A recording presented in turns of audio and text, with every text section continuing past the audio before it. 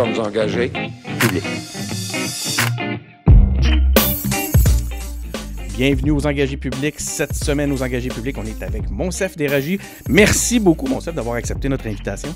C'est moi qui les remercie de me donner cette opportunité de venir, premièrement, visiter ce magnifique studio. C'est impressionnant. Moi, je vous le dis, les gens qui n'ont pas eu l'occasion, là, je vais rendre beaucoup de monde jaloux. Là. Ah, c'est très long, mon introduction. Ça l'est notre studio. Là. Tout le monde nous voit en ce moment. Sérieux, là, c'est magnifique. C'est un beau studio. Donc, à part le contenu que j'aimais, là, j'aime vraiment l'ambiance. Là, j'aime vraiment le studio. Bravo. Donc, Monsef vient de briser les traditions des engagés publics. On a une introduction qui est plus longue que d'habitude.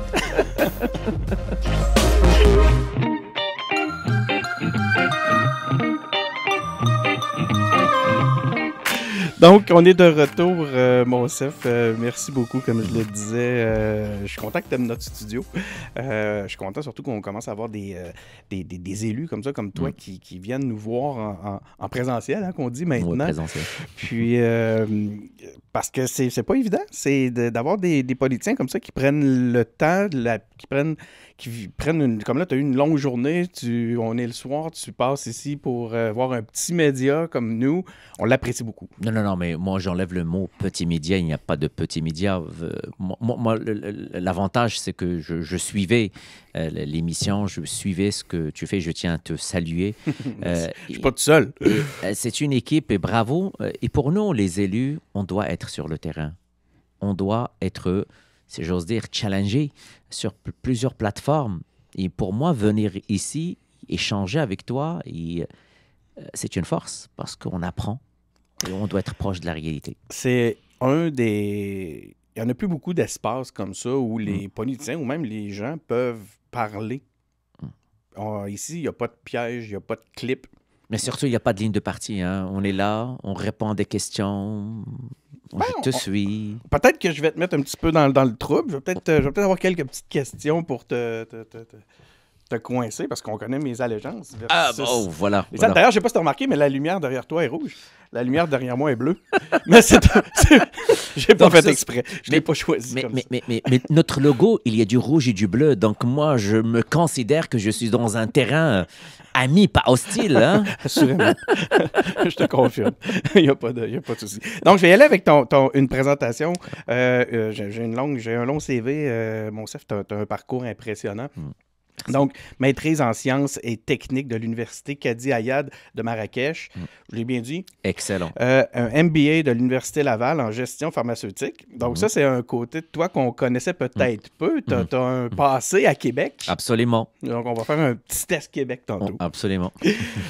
Tout récemment, titulaire d'un doctorat en santé publique à l'Université de Montréal.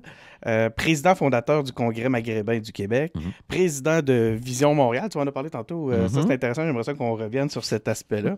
On va peut-être mettre un peu de bleu là, dans ton décor avec tout ça.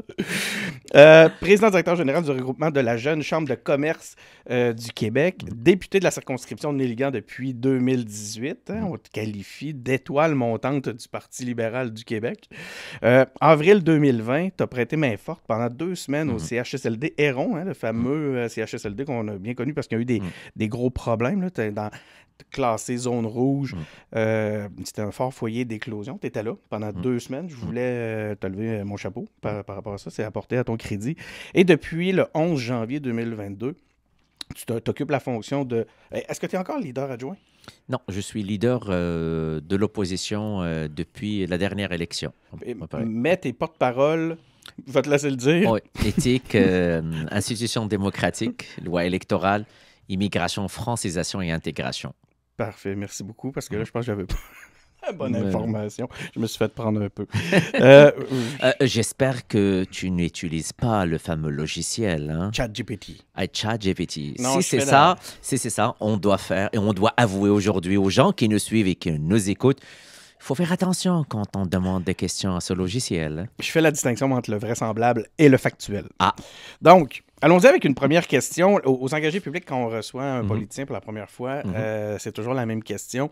Nous, on veut savoir. On pense, avec tout le travail que ça demande, on se dit ça prend des extraterrestres pour se lancer en politique.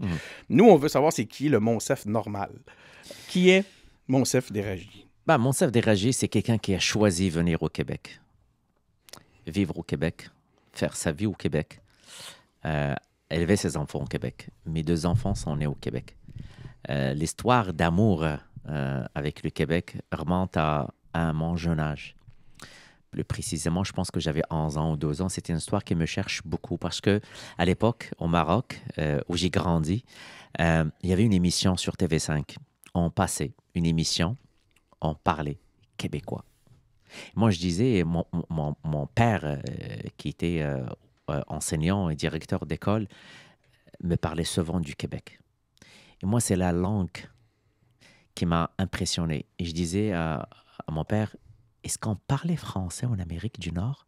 L'impression que j'avais, c'est juste anglophone, parce que ce qu'on avait en Afrique, on parlait peu du Canada. On connaissait le Canada, mais on parlait beaucoup des États-Unis. Et c'est là où ça a commencé mon intérêt pour le Québec. J'ai même participé à une émission. Et un grand étonnement. À TV5, genre? À cette émission, en fait, c'est une émission sur TV5, mais le morceau qui m'intéressait, c'est le passage du Québec sur les ondes de TV5 Monde.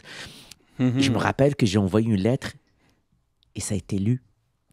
Ça a été lu et j'avais 11 ans. Hein. À l'époque, on n'avait pas beaucoup de stations de télé et devant mes 2 frères, Monsef qui nous envoie une lettre de Marrakech pour nous parler d'eux. C'est un moment marquant et c'est de là où ça a commencé mon intérêt pour le Québec. Il y a une lumière qui s'est allumée. Absolument. Et le jour où j'avais à prendre une décision, je voulais me spécialiser dans l'industrie pharmaceutique parce que je travaillais dans l'industrie pharmaceutique. J'avais 3 choix.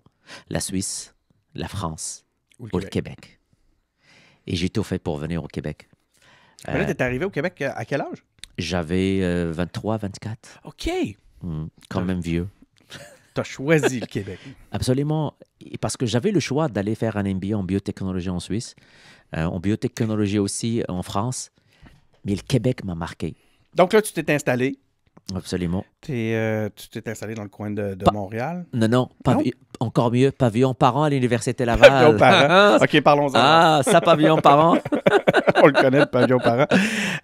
On est à Québec, on est à Charlebourg, le studio des engagés publics. Là, vous le voyez ici, on est à Charlebourg dans mon studio, dans le studio EP, hein, qu'on s'amuse à l'appeler. Donc, tu as une histoire avec Québec. Je trouve ça intéressant. Pavillon parent, tu vas pas nous en parler. Mais avant, j'ai un petit test pour toi. On dit-tu baleine ou baleine? Baleine. Ben, t'es un Montréalais. Ça, c'est Montréalais, ça. Hey, ça fait quand même 20 ans que j'habite Montréal. À Québec, on dit baleine. J'en ai une autre. Guitare ou guitare? Guitare. Ben là, c'est ça. T'es confirmé Montréalais. OK. Une bus ou un bus? Oh, un bus. La meilleure poutine? Ah, la première que j'ai mangée, Ashton. Hein? Ben, tu viens de réconcilier toutes tes Je pense que je suis le premier vendeur à l'international de la poutine québécoise.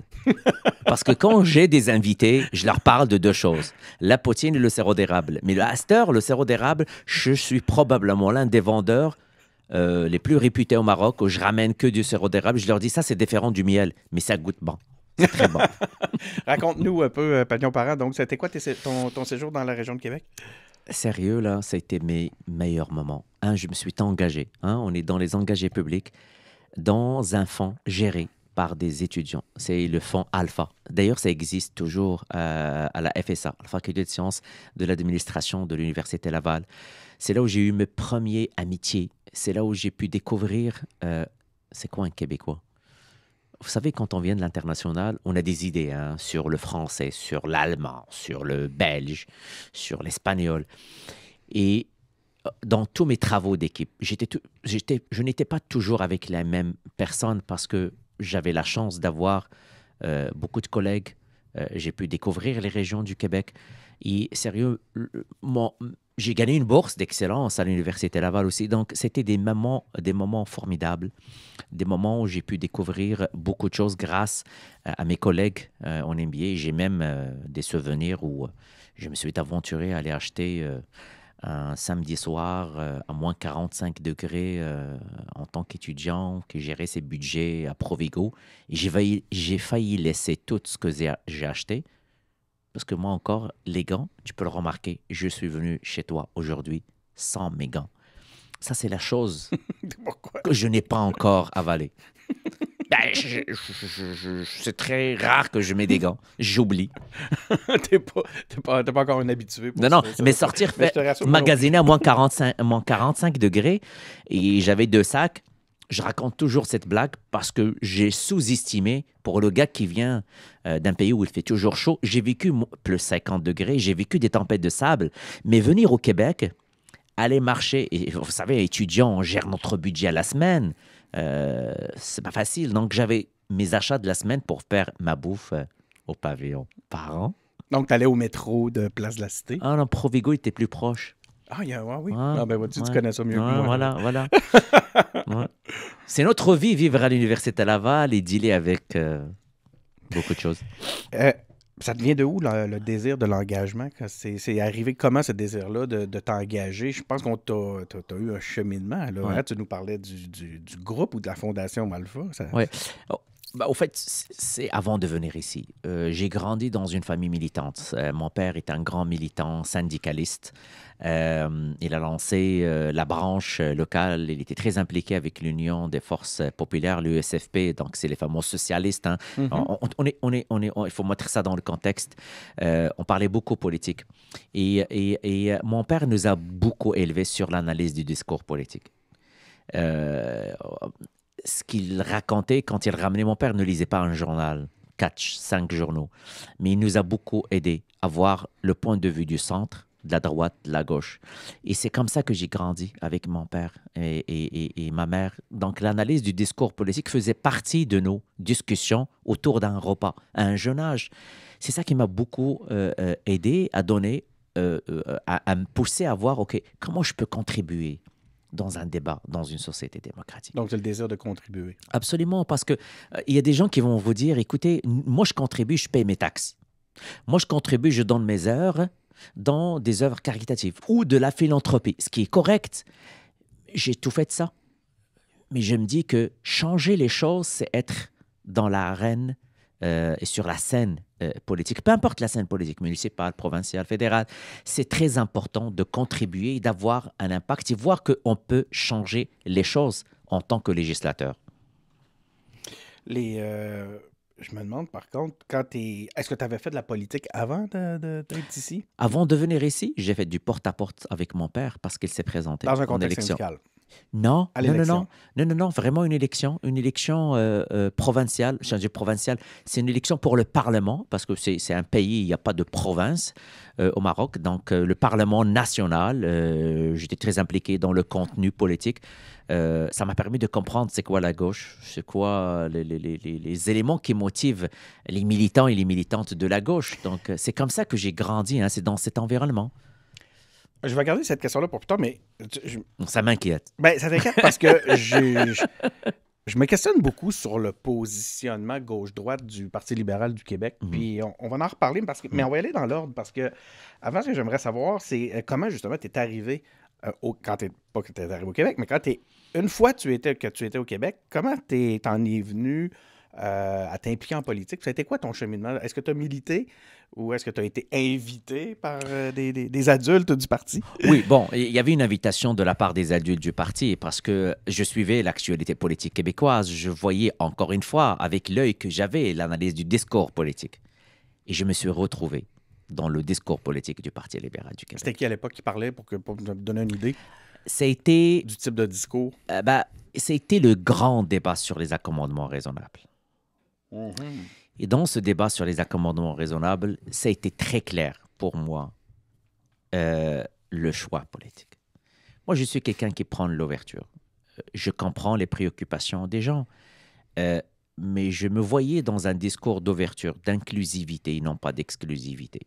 Je suis venu ici pour bâtir avec l'ensemble de la population québécoise le Québec de demain, le Québec pour mes enfants et les futures générations.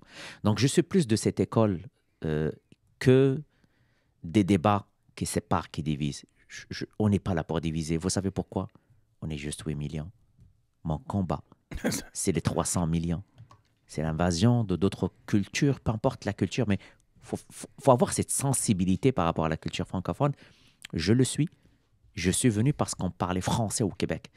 Donc, je suis plus de cette école donc de mener des combats avec la société québécoise. Mais là, par contre, quand on parlait des accommodements raisonnables, on était dans un contexte de laïcité, non? Bah, ça a viré pas mal. Le débat sur la laïcité, je m'inscris dans ce débat. Je suis pour la laïcité.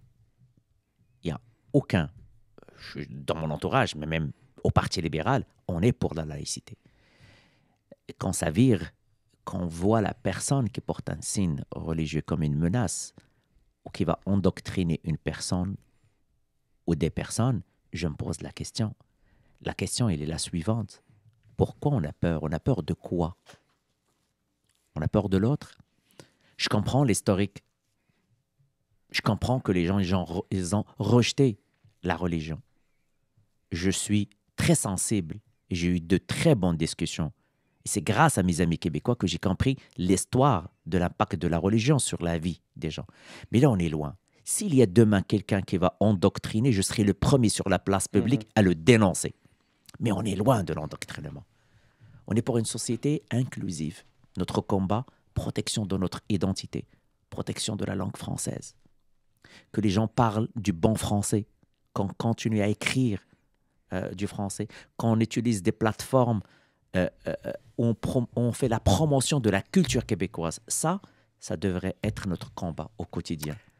Tu as répondu en quelque sorte à la question que je vais te poser, mais ça va m'amener justement vers l'emplacement sur l'échiquier politique, l'échiquier politique qu'on dit. J'adore l'échiquier parce que je suis un joueur des échecs. Tu es un joueur d'échecs, je suis pas surpris. Tu as l'air d'avoir une vivacité qui doit faire de toi un joueur redoutable.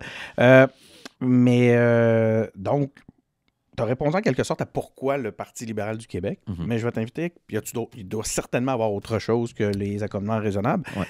Et j'aimerais tranquillement que tu nous amènes vers cette position-là. C'est quoi la position gauche-droite du Parti libéral du Québec? On a eu l'impression pendant l'ère Charest que c'était un parti qui s'est campé beaucoup à droite, anti-syndical, anti-tout, en fait. Puis là, soudainement, on sent autre chose. J'écoute ton discours, puis je vois que tu as une sensibilité, ou sinon tu es au minimum issu d'une famille de gauche. Je t'écoute. Oui, c'est une très bonne question. Je vais être malhonnête aujourd'hui si je vous dis que la définition du Parti libéral est claire dans la tête des gens. Je pense à la lumière des résultats de la dernière élection. Les Québécois nous ont invités à plus de clarté, à une définition beaucoup plus claire. Ils nous ont dit, faites votre travail, définissez-vous avant de définir les autres. Là, vont poser une question que je ne peux pas répondre à cette question pour la simple et unique raison, c'est un travail des militantes et des militants. Mais comme je suis un de ces militants et militantes, il y a un parti politique, c'est quoi? C'est une organisation de personnes. C'est regroupe beaucoup de personnes.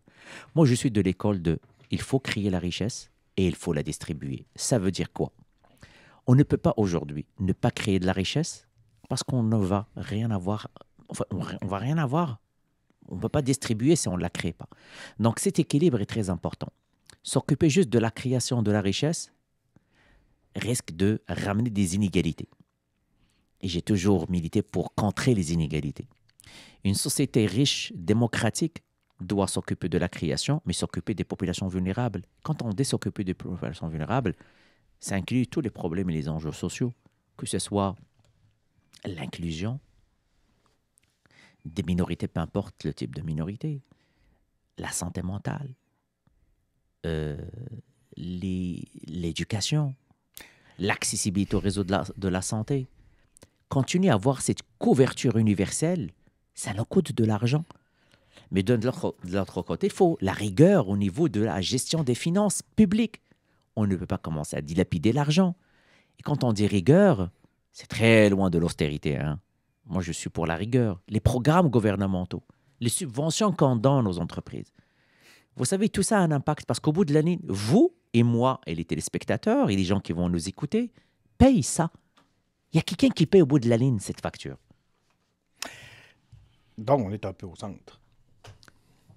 Si vous me posez la question pour moi, je suis au centre.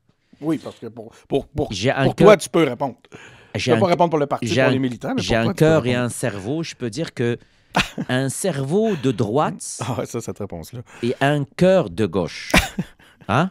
Mais je vous le dis. C'est une question d'équilibre. Absolument. On ne peut pas juste avoir le cœur et le cerveau à droite et un cœur et un cerveau à gauche. Je pense qu'on doit avoir un cerveau, pour moi, à droite, parce qu'on doit avoir une rigueur et avoir une création de richesse. Je dois avoir un cœur pour penser aux plus vulnérables et à la distribuer, cette richesse. Le Parti libéral est un peu cantonné en ce moment dans très, très, très West Island. Oh mon Dieu. Ça va être quoi la stratégie Et je viens du West Island, j'habite au West Island, je suis député du West Island. Je suis un mauvais invité aujourd'hui. Ça donne de même, hein? Mmh. Comment le Parti libéral du Québec va faire pour recommencer à faire des gains en dehors du West Island, sortir du West Island? Ben, le premier gain, écoute, où je suis aujourd'hui?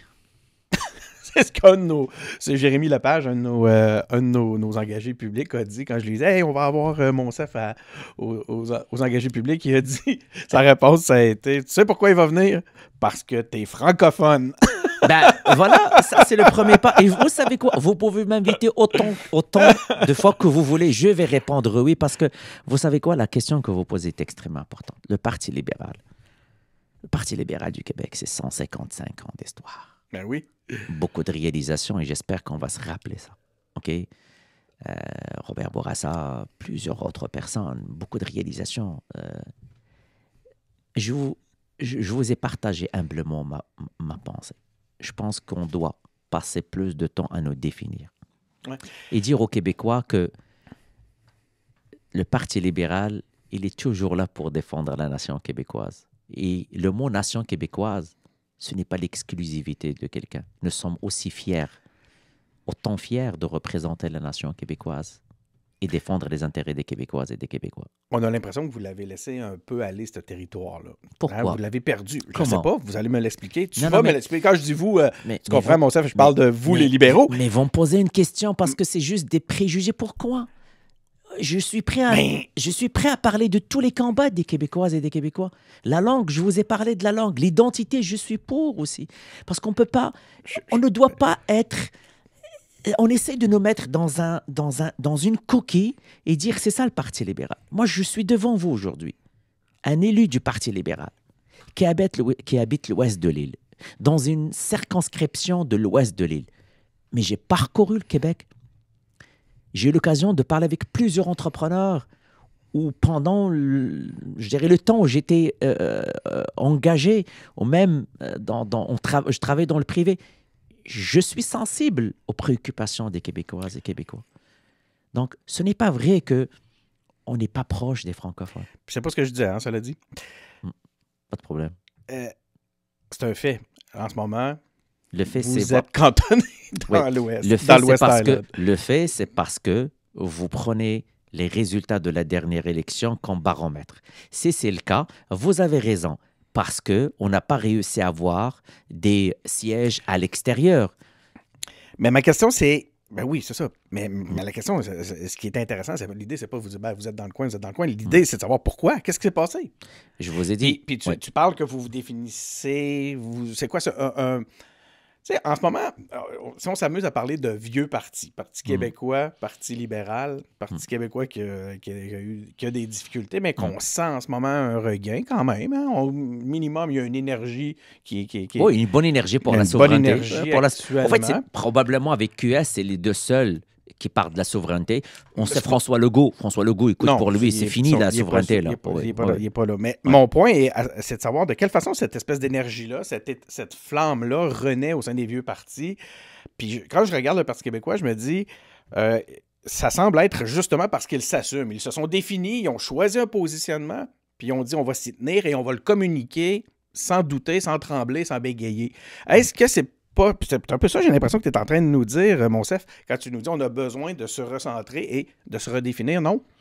Oui, et on doit le faire premièrement avec nos militants et nos militantes, et par la suite, prendre le plus de temps de nous définir avec les Québécois. C'est que les Québécois aujourd'hui doivent savoir c'est quoi la raison d'être du Parti libéral. Le Parti libéral était toujours le parti des grands débats, grands chantiers de société, des grands premiers ministres aussi.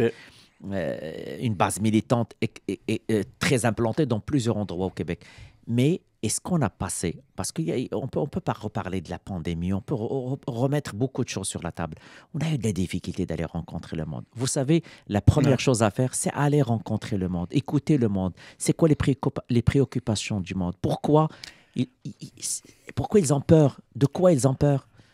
Et qu'est-ce qu'ils veulent? Parce que nous tous, nous sommes animés par rapport à ce qu'on veut faire au futur pour les Québécois. C'est ça qui nous anime. Ma réflexion par rapport à cette réalité-là, j'ai l'impression qu'en fait, auprès je sais pas comment dire, en dehors du West Island, vous êtes punis pour les 15 années antérieures qui viennent de se terminer. On dirait que le Parti libéral a été mis un petit peu de côté parce que les gens il y a eu une usure du pouvoir, disons-le de même, poliment. Sauf que dans le West Island, on ne peut pas voter pour autre chose que le Parti libéral parce qu'on a peur justement de la souveraineté. Non, ce n'est pas vrai. Écoutez, j'ai eu l'occasion de faire 2 campagnes. Les enjeux d'une grande partie de la population de l'ouest de l'île rejoignent un peu les préoccupations des Québécoises et des Québécois. Moi, quand je faisais du porte-à-porte, vous savez, ils ne m'ont pas parlé de la souveraineté. Ils m'ont parlé de l'accès au réseau de la santé. Ils n'ont pas de médecin de famille. Ils m'ont parlé de la crise du logement. Ils m'ont parlé du coût de la vie. Vous savez, dans mon comté, il y a de la pauvreté. J'ai des itinérants dans mon comté. J'ai des refuges dans mon comté. On a une idée, des préjugés sur l'ouest de l'île, c'est que les riches qui roulent en 4x4 et que ça roule à 6 chiffres le salaire. J'ai de la pauvreté. J'ai des banques alimentaires. J'ai des levées de fonds de la communauté pour venir en aide aux réfugiés. J'ai des écoles pleines avec des nouveaux arrivants qui se cherchent, qui veulent construire leur avenir au Québec. Et j'ai une communauté très mobilisée. C'est ce que j'aime. Ils veulent changer les choses. Ils ne veulent pas que l'État fasse tout pour eux. J'assiste à des levées de fonds presque chaque semaine. On encourage, on est tissé serré, mais on a les mêmes problèmes. J'ai 3 banques alimentaires à l'ouest de l'île. 3 banques alimentaires. Ce n'est pas uniquement des riches. J'ai de la pauvreté et de l'itinérance. Ce sont les enjeux d'une bonne partie de ce qui se passe ailleurs qu'à l'ouest de l'île. Mais le vote est quand même... le vote est libéral depuis des années dans cette région. Puis je me demandais, est-ce que les intérêts et les valeurs des Québécois anglophones sont compatibles avec la survie du français en Amérique? Il y a beaucoup d'anglophones qui me disent, parce qu'on peut refaire l'histoire, revenons aux Italiens, première vague, qui voulaient aller étudier en français, on les a empêchés. Vous voulez qu'on parle des vrais enjeux? Parlez à la communauté italienne qui voulait aller étudier dans les écoles françaises. Et on leur a dit d'aller étudier dans les écoles anglophones. C'est une histoire que je ne connais pas. Oui, les anglophones, vous savez qu'est-ce qu'ils me disent? Ils veulent apprendre le français. Mon collègue Greg Kelly a déposé un projet de loi d'offrir aussi des services, des cours gratuits en francisation et en français aux anglophones. Ils veulent être bilingues. Pensez-vous que les jeunes anglophones ne veulent pas maîtriser les 2 langues? Pourquoi Est-ce qu'ils pensent que c'est nécessaire? Ils le veulent. Ils veulent. Qu'est-ce qui les empêche? Écoute, aujourd'hui, on parle. On a un manque de profs. Ah oui, mais là... Écoutez, même des immigrants maintenant... Avant même de parler du manque de profs, je pense qu'il faut que la volonté y soit. Toi, ce que tu nous dis, mon chef, c'est qu'il y a une volonté sincère et active des anglophones québécois d'apprendre le français puis de dire faut que le fait français survive en Amérique. J'ai une école privée dans mon comté où à chaque année, et je suis là parce que je donne des prix qui honorent des étudiants et qui ne parlent, c'est pas leur première langue le français, et ils les honorent parce qu'ils réussissent l'année avec une 2e langue qui est la langue française. Je vous le dis, c'est des préjugés. Travaillons ensemble pour dire que le combat pour la langue française, c'est une question de survie pour une nation. Qu'on soit allophone ou anglophone, je veux que ces gens, que ce soit les 2 communautés, qu'on essaie pas targeter, mais de définir comme ils ne veulent pas aider la survie de la langue française. Mm-hmm. C'est très important ce que je suis en train de vous dire parce que, vous savez, c'est très insultant pour beaucoup d'allophones qui parlent le français comme 2e, 3e langue, se sentir exclus du débat de la protection de la langue française. Attention, je vous dis, dans plusieurs régions au Québec, où il y a une 2e, 3e génération, le fait de dire qu'ils ne font pas partie de la solution, on encourage le symptôme, encore une fois, de l'exclusion. Rappelez-vous de mes combats au début. Je veux qu'aujourd'hui, si je veux améliorer la situation de la langue française, que mon message ne soit pas uniquement adressé aux francophones, j'ai besoin des allophones, de leur famille.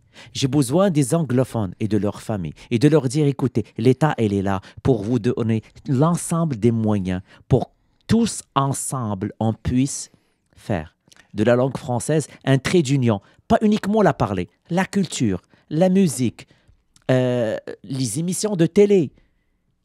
Regardez, les exemples ne manquent pas. C'est comme ça qu'on va protéger la langue française. C'est super parce que tu rejoins ma prochaine question, mais avant toute chose, je veux souligner, je pense sincèrement, puis ça me semble évident en t'écoutant, que la survie la valorisation de la nation québécoise, la survie du fait français passe par l'inclusion.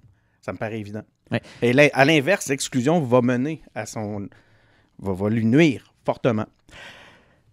Mais là, tu me parles des... c'est intéressant parce que là, tu me dis, bon, ils veulent apprendre, les jeunes veulent apprendre le français, on est... faire sentir aux Allochtones qui ne sont pas du combat, c'est une exclusion triste. Qu'est-ce qu'on peut faire pour les aider à ce qu'ils contribuent Vous savez, à la valorisation du fait français en Amérique? le discours public. Je suis élu. Les mots pèsent. Quand je vois un ministre dire et mettre dans le même panier tous les immigrants ne s'intègrent pas, ils ne parlent pas français et ils restent à Montréal. Écoutez, j'ai vu des immigrants à Sept-Îles que j'adore. D'ailleurs, je salue les gens s'ils nous écoutent de Sept-Îles. C'est une magnifique région. Je les ai vus à Rimouski, je les ai vus à Rouyn-Noranda, je les ai vus un peu partout. Mais ça a été établi que c'était complètement ridicule. Comme il a erré gravement dans son propos. Non, mais je le respecte, M. Boulay. Mais je veux juste vous dire une chose. L'impact du discours public. Quand je viens, je vous dis... En fait, c'est le même discours inversé. Quand je dis, vous ne faites pas de ceci, cela, et vous ne faites pas partie de la nation. C'est très dangereux. Vous savez quoi? Les gens vont s'isoler. Au contraire, aujourd'hui... Ça va dans le sens de ce que je disais tantôt. Aujourd'hui, Denis, moi, mon rêve, là, tu sais quoi, là?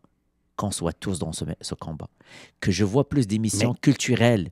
On donne la possibilité à des gens allophones, anglophones, même si ces gens n'arrivent pas à la parler correctement, mais qu'on leur donne l'occasion. C'est comme ça qu'on va partager l'amour d'une langue. Là, une langue, ça s'apprend.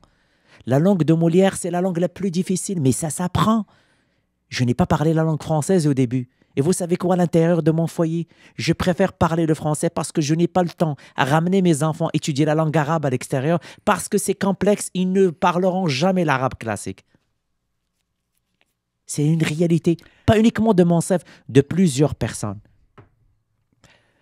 Donc, si je reviens à ma question, savoir comment on peut aider les allophones ou les anglophones du Québec à faire la promotion du fait français, c'est déjà en leur donnant une représentativité dans l'image de cette société-là qui serait plus réaliste. C'est ce que tu nous dis? Musique, culture. Et voir qu'on peut voir un allophone avancer. Un anglophone, ce n'est pas sa première langue, le français, avancer dans la société. C'est fascinant. Qu'est-ce qui s'est passé? Toi, tu as la chance d'avoir un regard extérieur parce que tu es arrivé à 23 ans. Mm-hmm. Ça a été quoi ta lecture quand tu as vu ces deux solitudes-là? Est-ce que tu as eu une compréhension de la situation qui nous échapperait à nous, qu'on a trop le nez dessus? Puis ça nous mène justement à ce genre de questionnement-là, à savoir, parce que c'est le cœur de la question que je te pose aujourd'hui, c'est à savoir, qu'est-ce qui a fait qu'on s'est retrouvés isolés comme ça, dans deux solitudes? Parce que c'est ce que nous montre actuellement la carte électorale. C'est que, au lieu de construire des ponts, on essaye d'isoler des gens. Ça fait l'affaire de quelques personnes. Ça fait l'affaire probablement que pour des enjeux X, Y très politiques, très court terme, ça fait l'affaire de certaines personnes. Mais moi, avant d'être un politicien, je suis un fier Québécois. Je l'ai dit au début, mes enfants sont nés au Québec. Et je vois mal l'avenir de la langue française sans inclure les allophones et les anglophones. On ne peut pas gagner le combat devant un 30 millions. Au Canada, 35 millions. J'entends que M. Trudeau veut ramener ça à 100 millions, à 300 millions aux États-Unis. On a besoin de tout le monde. On a besoin de nouveaux arrivants. M. Legault, aujourd'hui, cette année, il ramène presque 200 000 entre étudiants étrangers, travailleurs temporaires étrangers, immigrants économiques, demandeurs d'asile et réfugiés. On est à 200 000 par année. J'ai besoin de tout ce beau monde pour que la langue de Molière soit notre langue et qu'on soit fiers de la parler. Bien, sans faire d'erreur. Hein. Comment on fait pour supporter les efforts de francisation dans ce contexte-là? Parce que, puis en fait, je ne te parlerai pas nécessairement de juste ce contexte-là. C'est difficile, on entend un débat sur les chiffres constamment. Il y en a un qui lance, c'est pendant 30 000, 50 000, puis là on chiale sur Roxham parce on nous présente Roxham comme étant un des objets une des raisons qui met une pression importante sur le système actuellement, autant en santé que tous les services sociaux. Reste une chose, c'est qu'il doit y avoir une réalité quand même là-dedans, à savoir, oui, effectivement, il y a un maximum qu'on est capable de supporter, autant en francisation qu'au point de vue des services sociaux. T'es au cœur du gouvernement, comment on fait pour le doser? Comment on la trouve? Comment on le trouve, le chiffre? Chacun a son idée. Oui. Le constat clair maintenant, et le non-dit, hein, on l'a vécu il y a 2 semaines en période de questions. On posait des questions au gouvernement, on interpellait le gouvernement, on jouait notre rôle. La plupart des ministres avaient une seule réponse. Pénurie. Pénurie de main-d'œuvre. Pénurie de main-d'œuvre. Pénurie de main-d'œuvre. Bon, voilà, on dirait que le gouvernement vient de se réveiller et découvrir que la pénurie de main-d'œuvre est l'enjeu économique qui freine notre développement en tant que société prospère. Bon, revenons à la base. Les villes peuvent jouer un rôle. Moi, je suis allé à Rouyn-Noranda, je vous ai dit, à plusieurs reprises à Sept-Îles. Un des restaurants à Sept-Îles, il est géré probablement un Sénégalais ou quelqu'un de l'Afrique, francophone. Donc, les villes ont les données, l'ensemble des données. Quand on posait la question sur les données d'intégration, M. Legault, il disait quoi? 40 000. Mais il s'est trompé des chiffres. Beaucoup. Parce que 30 000, c'est juste une catégorie. C'est quelle catégorie? C'est ceux que le Québec... C'est ce que je comprenais de ce que tu disais, là, ouais. Il y a plusieurs catégories, juste pour qu'on soit clair avec les gens qui nous suivent. Il y a les étudiants étrangers. Et regardez le chiffre vers la fin. Presque 56 000 ou 53 000 étudiants étrangers qui viennent étudier chez nous, à Rimouski, dans les cégeps, parce qu'on a de bonnes formations, Trois-Rivières, répartis sur le territoire québécois.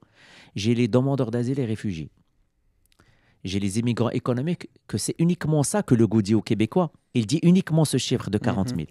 J'ai les travailleurs temporaires étrangers, genre vous, maintenant en contexte de pénurie, vous avez besoin d'un infographe ou quelqu'un qui s'occupe du montage, vous allez faire une annonce, pas possible de trouver quelqu'un sur place, vous avez le droit d'aller le chercher de l'extérieur et le ramener avec ce qu'on appelle un permis de travail temporaire. Quand j'additionne l'ensemble de ces catégories, c'est quoi le chiffre? 200 000. C'est ça, c'est ce que tu es en train de nous dire. 200 000. Il est où le 40 000 de M. Legault? Qu'est-ce que M. Legault disait depuis le début de 2018? En prendre moins pour en prendre soin. Et il disait aux Québécois, moi, je vais ramener juste 40 000. Je vais juste ramener 40 000. Mais ce n'est pas vrai. Le chiffre actuel est de 200 000. Ça veut dire que quoi, la capacité d'accueil? On était capable d'accueillir 200 000, toutes catégories confondues. Et c'est là où je vous dis que le message doit être important. 1, être clair avec les Québécois, au lieu de dire qu'on reçoit 40 000, bâcher 200 000, parce que qu'est-ce qu'il a fait, M. Legault, depuis qu'il est venu au pouvoir?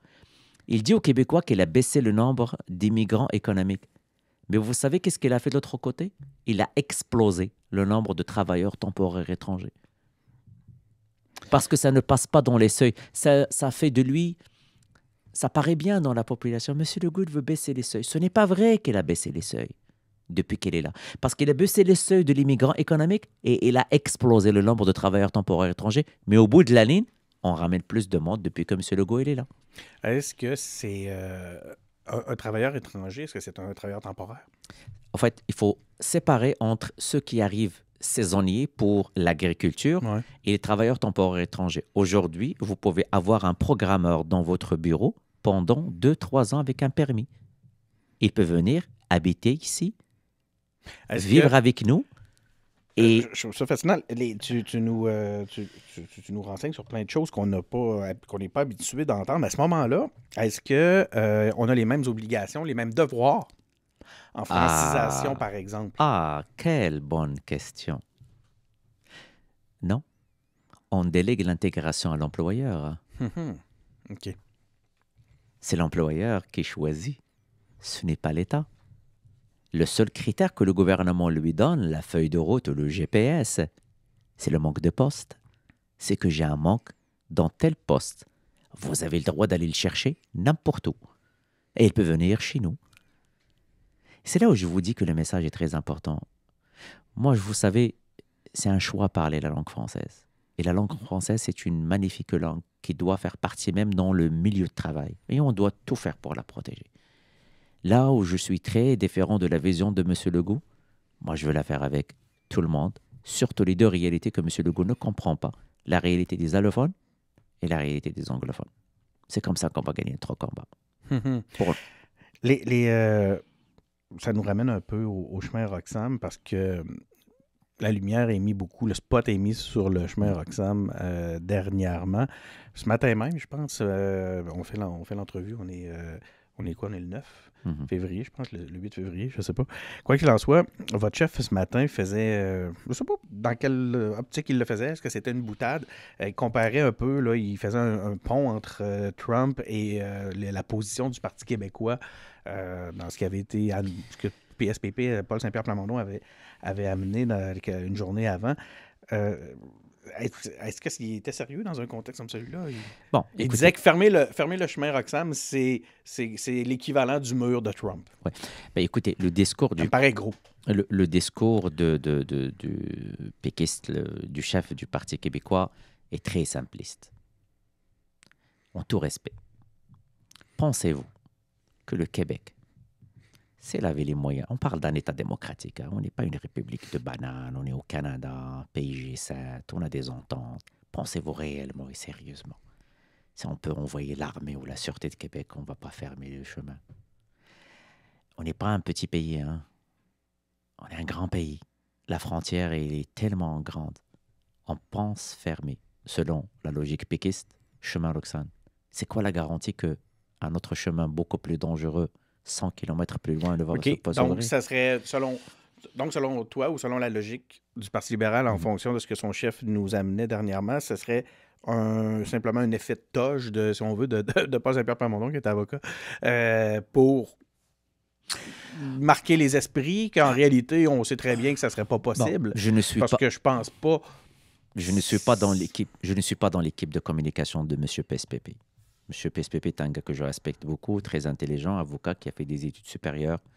Je pense avant de sortir, il sait très bien ce qu'il fait et ce qu'il dit. J'espère qu'il a vérifié. Donc, c'est un choix stratégique. Parce Bon. que, en fait, j'ai l'impression que c'est ce que tu présumes, parce que tu nous dis c'est pas sérieux comme déclaration. Ce n'est pas sérieux, c'est très simpliste. Mm. Parce qu'il sait très Mais en bien. même temps, C'est- du même souffle, tu nous dis que c'est un gars super intelligent. Oui, oui, mais Donc, c'est un choix. Vous savez, on peut être intelligent et faire des sorties que tu ne comprends pas pourquoi. Aujourd'hui, ce que je demande au Parti québécois, qui appuie cette décision? Est-ce que c'est faisable? Pensez-vous que si le Canada ne peut pas fermer le chemin, il ne va pas le faire? Maintenant, je vais revenir parce que vous avez posé un point très important. OK.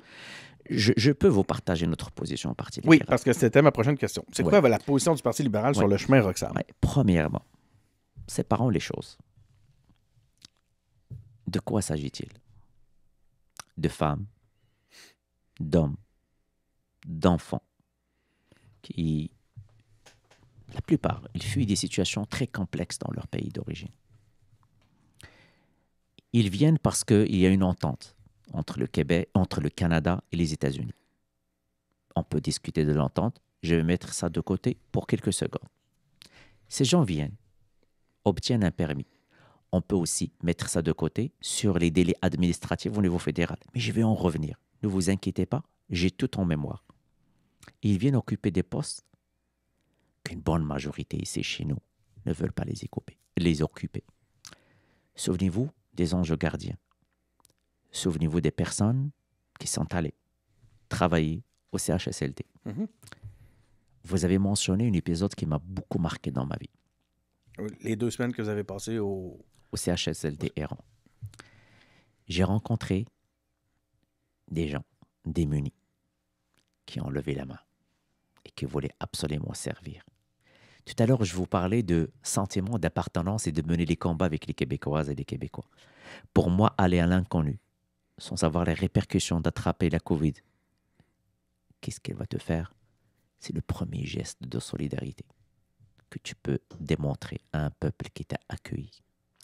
Ces gens s'occupent et s'occupent encore dans le CHSLD. Je n'ai pas besoin de vous décrire qu'est-ce qu'ils font dans les CHSLD. Je n'ai pas besoin de vous dire qu'est-ce qu'ils font sur nos étages de l'alimentation. Il y a beaucoup d'écrits. Il y en a même qui ont abusé. Je n'ai jamais pensé dans ma vie que je vais entendre parler de l'esclavagisme au Québec. Il y en a qui ont exploité ces personnes en leur donnant 100 $ la semaine comme revenu. Ils n'ont pas parlé. Heureusement, des syndicats, des personnes bienveillantes qui ont parlé aux médias. Donc, ces gens viennent et ils travaillent. Là, maintenant, je vais revenir au fédéral. Je vous ai promis que je vais revenir au fédéral. J'ai en tête que vous... Ouais. Que Est-ce qu'il y a une responsabilité du fédéral? Oui. Est-ce que le Québec doit tout prendre? Non. Le Canada est un grand pays. Le fédéral doit prendre ses responsabilités. Il doit aider, accompagner le Québec. Quand un réfugié, en attendant qu'on examine sa demande, ça prend une éternité, c'est une erreur. Le fédéral doit assumer sa responsabilité et émettre des permis de travail très rapidement. 2, l'entente sur les pays sûrs. Le tiers pays sûr. Quand j'ai entendu hier qu'il y a presque un réseau où on paye on envoie les bus et que même Ottawa n'est pas au courant, mais moi, ce que je ferai en tant que ministre de l'Immigration fédérale, je vais parler avec la ministre des Relations internationales ou les Affaires étrangères, je vais m'organiser une rencontre avec les autorités à New York. Comment ça se fait que c'est organisé de cette façon? Parce que n'oubliez pas, ce n'est pas bon pour l'image du Canada d'avoir des décès en traversant la frontière. Bon, ça, faut que je t'arrête parce que j'ai une question qui me brûle les lèvres actuellement. Tu es en train d'en faire la démonstration. On ne serait pas meilleur, le Québec, comme pays, pour gérer nos frontières, notre immigration, pour bien accueillir nos gens? Parce que là, on le voit, là, le fédéral, Ottawa, ne le fait pas bien. Bon, tu viens d'en faire la démonstration, mon chef? Bon, c'est là où on va pas se chicaner, mais je ne partage pas du tout le même point de vue.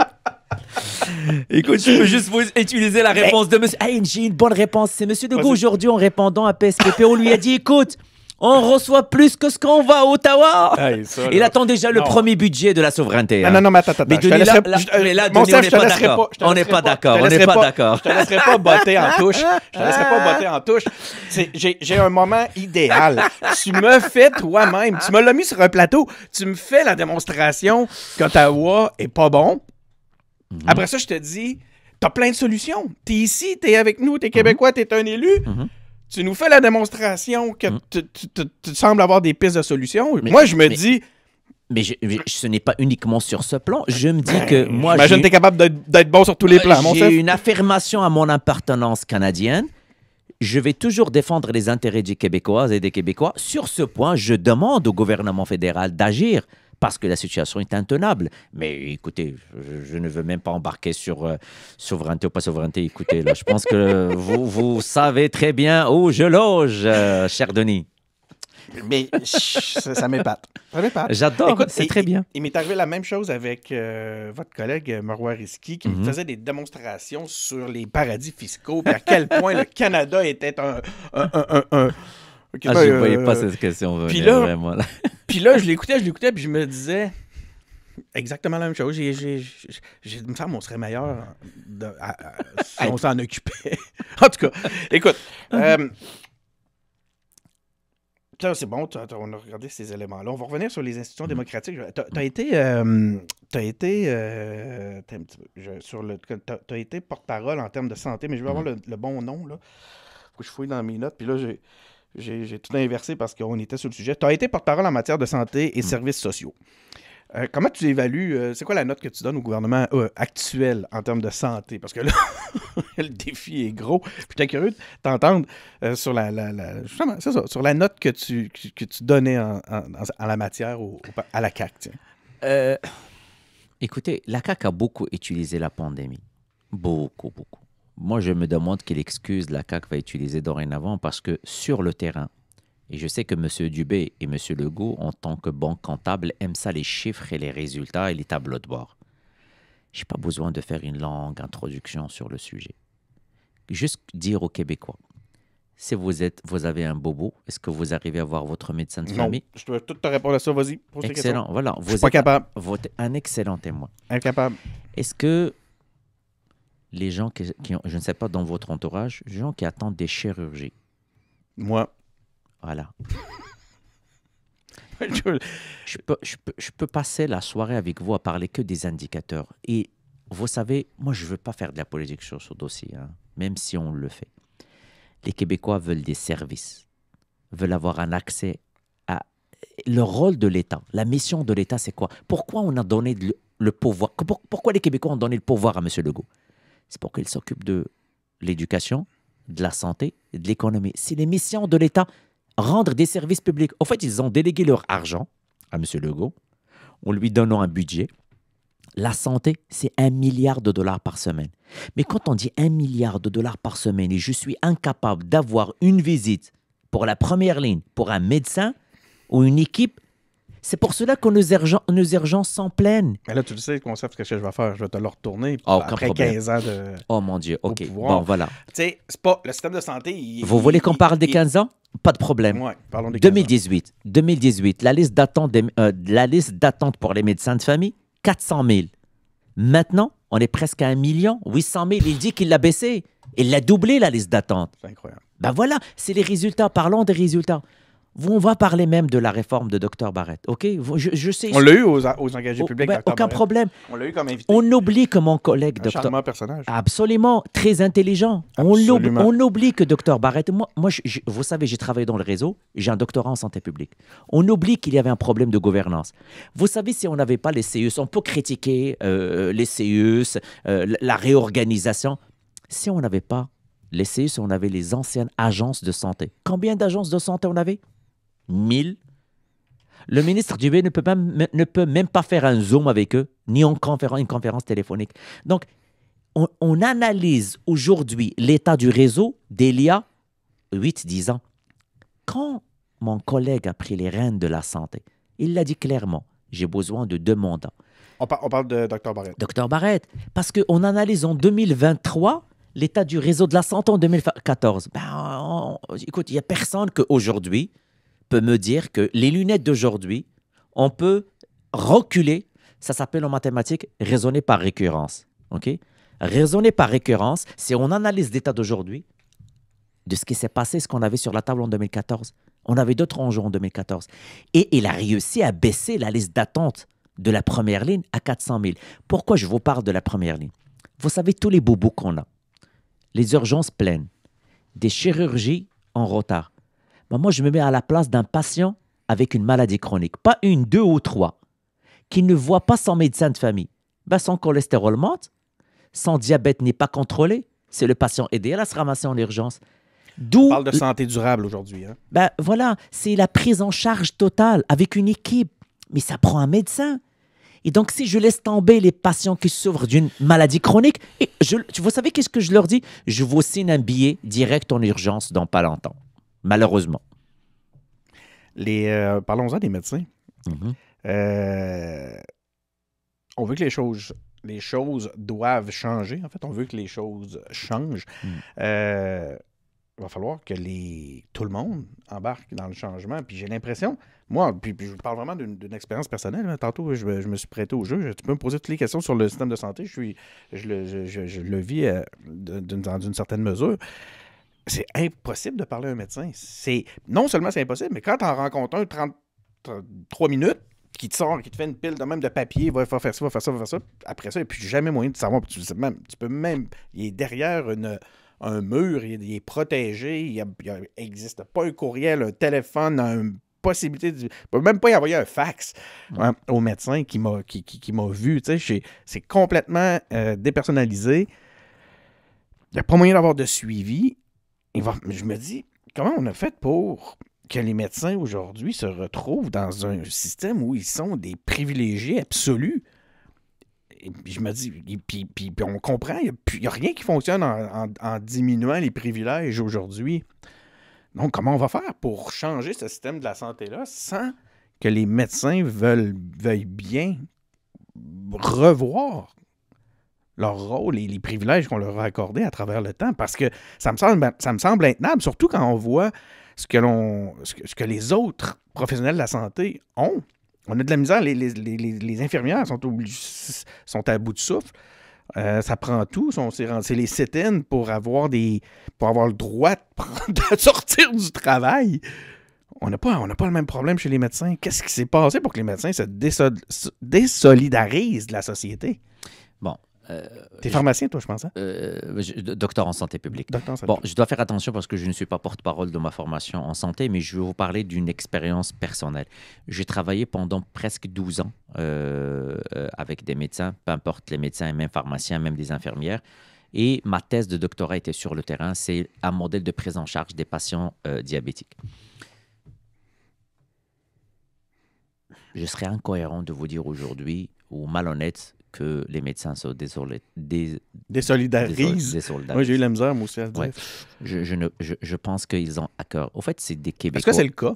Non. C'est peut-être pas le cas, là. Non, c'est l'impression que ça donne. C'est des Québécois et des Québécoises aussi qui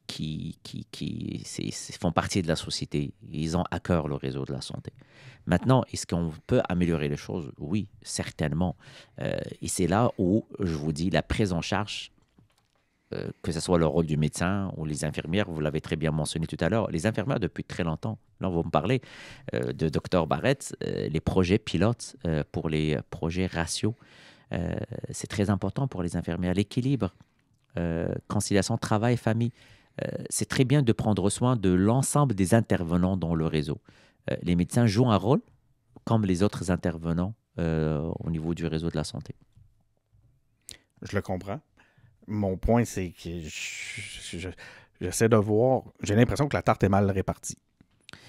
Bon, la tarte de ce que l'on est capable de se payer comme société en soins de santé, tout métier confondu, j'ai l'impression qu'il y a un groupe qui je pense pas qu'il y a un seul groupe parce que ça a été pas mal véhiculé par M. Legault quand il était à l'opposition. Là où je suis d'accord avec vous, est-ce qu'un système qui nous coûte en tant que contribuable 1 milliard de dollars par semaine, est-ce qu'on en a pour notre argent? On n'a pas l'impression. Voilà. C'est 55 milliards ou 54 milliards par année le budget du réseau de la santé. Donc, est-ce qu'on doit améliorer l'accessibilité? Oui. Est-ce qu'on doit agir pour avoir plus de services? Oui. Mais malheureusement, je vous dis, le gouvernement utilise toujours la pandémie et j'ai bien hâte de voir, et mon collègue le fait très bien, le suivi du tableau de bord de M. Dubé. Parce que les Québécois n'ont pas élu un gouvernement de tableau de bord. Les Québécois, ils ont élu un gouvernement pour avoir un accès à un médecin de famille, pour avoir un accès aux soins et pour avoir leur chirurgie en temps opportun. Pas être sur des listes d'attente et ne savoir jamais quand est-ce qu'ils peuvent sortir de ces listes d'attente. C'est ça qui m'inquiète. Parlons un peu de... Tu es aussi responsable, là, je ne sais pas si on dit porte-parole dans le cadre des... pour ce qui est des institutions démocratiques. Mm-hmm. Est-ce que la réforme de scrutin, ça désavantagerait le Parti québécois?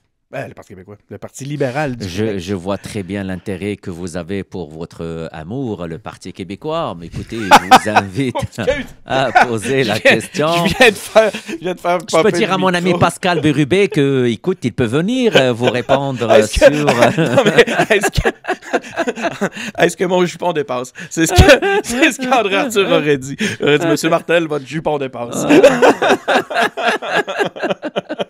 OK, je reprends ma question quand même. Ça t'aura donné le temps de penser à ta réponse. Est-ce que la réforme du mode de scrutin désavantagerait le Parti libéral du Québec? Sérieux, le Parti libéral n'est pas là si la réforme va le désavantager ou pas. Le Parti libéral veut une société démocratique où le poids des régions est maintenu. Et c'est une très bonne question que vous venez de me poser. Je vous invite à inviter quelqu'un de la région de la Gaspésie aujourd'hui.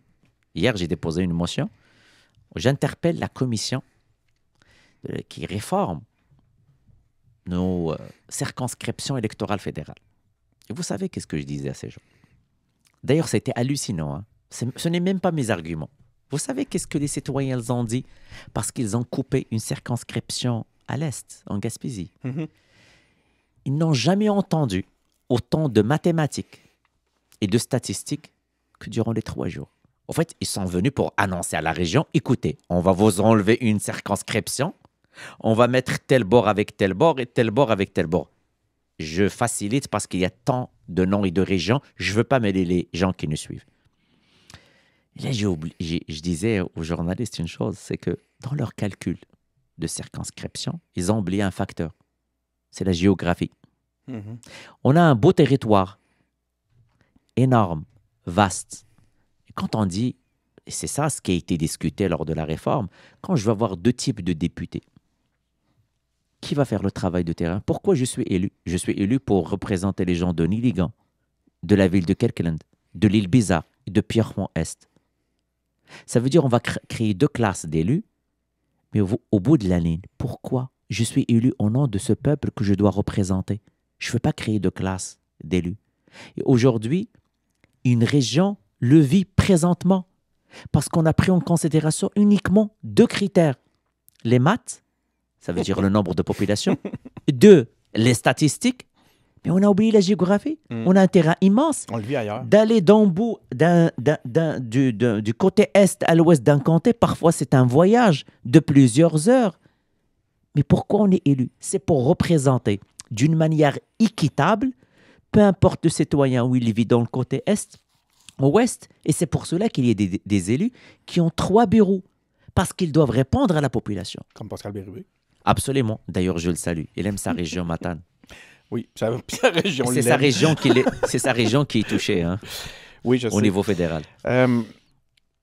Donc, j'ai pas l'impression d'avoir une réponse vraiment là-dedans. Mais donc, non, selon toi, le Parti libéral du Québec ne serait pas désavantagé par une réforme? Non, mais le Parti libéral n'est pas là dans ce débat, désavantagé ou pas.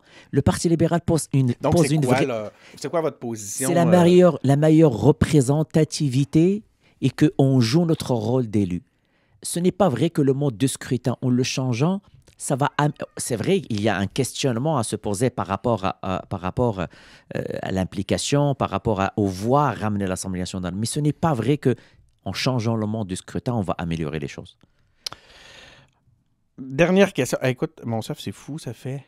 D'habitude, une entrevue aux engagés publics, c'est une demi-heure, 40 minutes. Puis là, ça fait 1 heure qu'on est, qu'on est face à face. C'est rassurant comme que ça veut dire... Moi, je n'ai même pas senti que ça fait 1 heure qu'on parlait. Merci vraiment. 1 heure d'enregistrement. Wow. Puis, j'ai une dernière question pour toi, mais ça, c'est un jeu en même temps. OK? C'est une question sprint. Tu n'as pas le droit de réfléchir. OK? Je mets la caméra sur toi. Je pose ma question. Tu réponds du tac au tac. Allez-vous vous présenter à la chefferie du PLQ? J'attends les règles. Oh! Je considère que c'est pratiquement un oui. Merci beaucoup, mon chef, de t'être prêté au jeu, d'être venu nous voir. Là, c'est vraiment apprécié. Une discussion que j'ai trouvée fascinante. Mais merci, Denis. Ça m'a permis de te connaître davantage. J'ai l'immense plaisir de suivre l'émission. Les engagés publics. Les engagés publics. Et je vous salue. Et sérieux, j'ai aimé vraiment être là, visiter votre studio. Là, tu sais ce que bon, tu m'as un peu tiré la pipe en me disant que j'appréciais, entre autres, peut-être le Parti québécois. On a beaucoup d'auditeurs indépendantistes, souverainistes. Tu sais ce qu'ils vont dire? Là, ils vont écouter ça, puis je le sais, ils vont m'écrire, ils vont dire « Qu'est-ce qu'il fait au Parti libéral? Pourquoi il pas... On veut des Monsef, on veut des Marois Risky, on veut un Québec avec des gens aussi brillants. Mais je vous ai partagé ça. J'étais avec mon ami que j'aime beaucoup. Oui, c'est vrai, parlons-en un peu. On va y dire. Louis Arel. J'étais 4 ans président de Vision Montréal. J'étais entouré par des gens que je respecte beaucoup. Elsie Lefebvre, Louis Arel, Benoît Doré et d'autres. Désolé si j'oublie parce qu'il y avait une bonne équipe à l'Hôtel de Ville. Dans un moment, entouré de souverainistes convaincus. Absolument. Il y avait quelques libéraux, mais sérieux, ça a été des moments formidables où j'ai appris sur la politique municipale. Donc, Bon, ben écoute, merci. Puis je sais que ça va avoir été apprécié. Je vais maintenant m'adresser à nos auditeurs. Merci aussi à vous d'avoir été à l'écoute. Je suis pas mal convaincu que vous avez apprécié l'entretien d'aujourd'hui. Vous savez, on en a plusieurs, des entretiens comme celui-là. Vous pouvez nous écouter sur YouTube, sur Facebook, on est sur TikTok, on est sur Instagram. Il n'y a pas beaucoup de plateformes où on n'est pas. Donc, vous êtes les bienvenus. Merci beaucoup encore une fois d'avoir été à l'écoute. C'est Denis Martel qui est au micro et on se revoit pour soit un épisode régulier ou une autre entrevue. Merci. Merci.